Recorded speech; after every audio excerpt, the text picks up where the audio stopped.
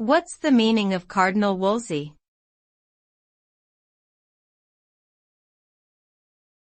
Cardinal Wolsey.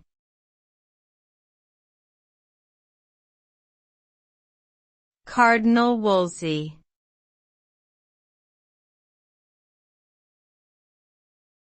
Cardinal Wolsey.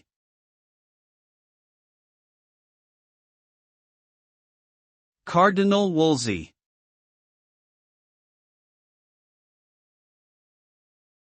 Cardinal Wolsey was an English statesman and Catholic bishop in the 16th century.